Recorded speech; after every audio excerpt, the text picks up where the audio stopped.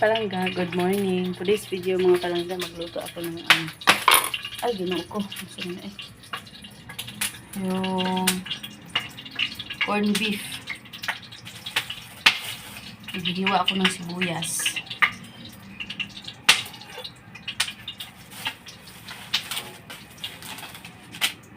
Lakas ng apoy.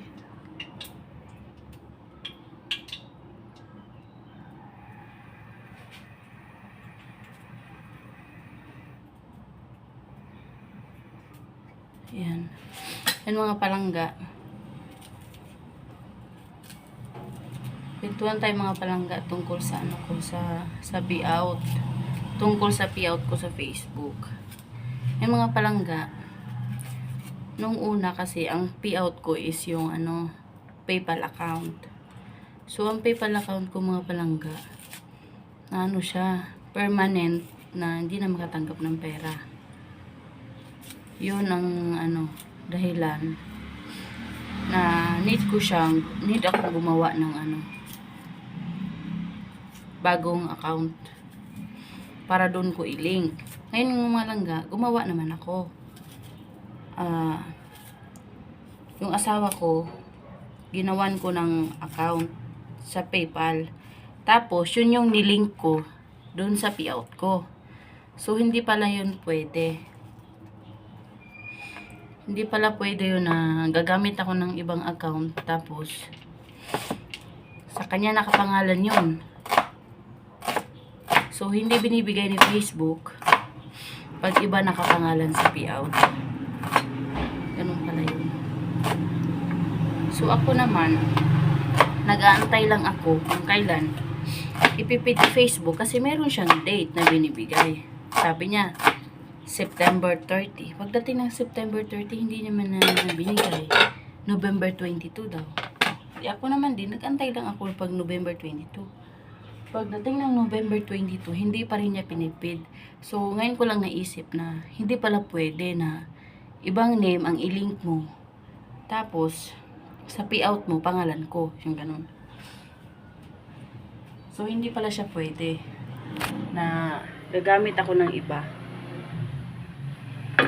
Grabe, mga palangga ko. Nagsayang ako ng haba ng date na binigay ni Facebook. Pero hindi ko naisipan na mag-change ako ng payout na dapat pangalan ko. So, yun.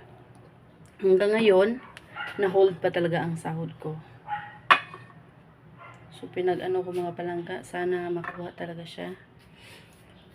Natakot din ako mga palangga baka hindi niya ibigay mag-not payable. Yun.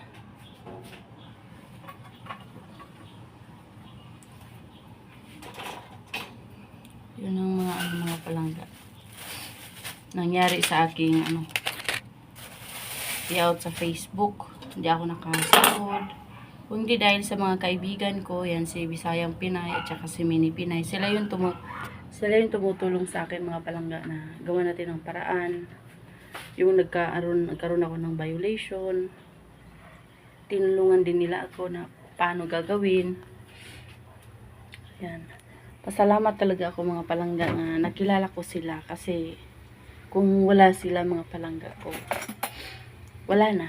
Goodbye na tong account ko na Self25 Vlog. Wala na siya. Kasi hindi ko naman alam kung paano gagawin eh. Buti nga yung nag-post ako, nagtanong ako sa mga kapwa content creator, nakita niya agad ni Mini Pinay na may violation ako, dapat ayusin agad para maibalik ang aking mga tools. Diba? Sobra talaga akong pasalamat sa kanila mga palangga ko dahil nandyan talaga sila pag meron akong problema sa ating page. Ay mga palangga. Kaya dapat talaga mga palangga, pag talaga sa Facebook, pag mag-fill up ka, lahat kumpleto, walang kulang. Kasi, pag nagkamali din, tulad yan, mali-mali yung ko. Isa pa yan, nagkamali-mali ako sa pag-fill up. Tapos, Lalo na dun sa PayPal account ko. Hindi ko ma-connect sa GCash kasi mali nga. Merong middle name na mali. Ay, nako.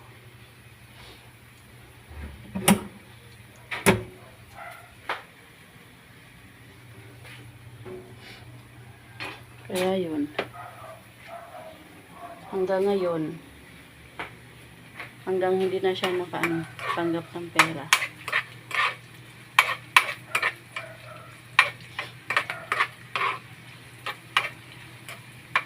Sayang talaga mga palangga ko. Sana makuha ko talaga siya.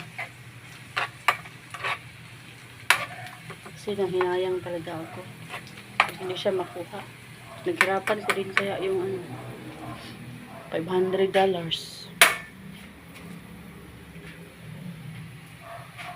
Kaya dapat makakuha na ako ng bank account. Bank account na i-link ko doon para papasok yung aking sahod. Yan mga palangga.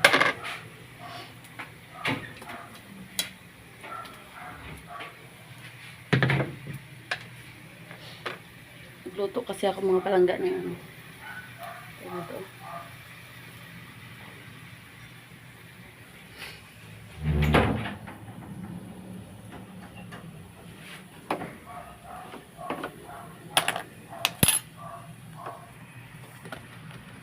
Ayan.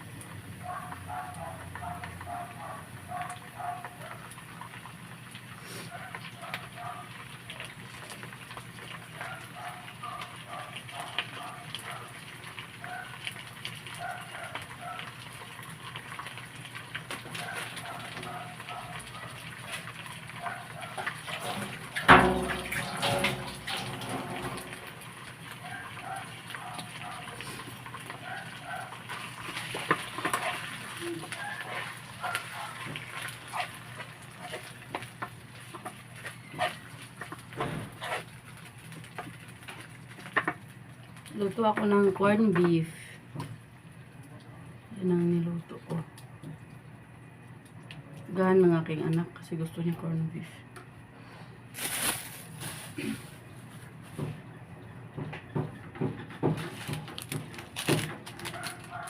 Diyan ka lang, nak.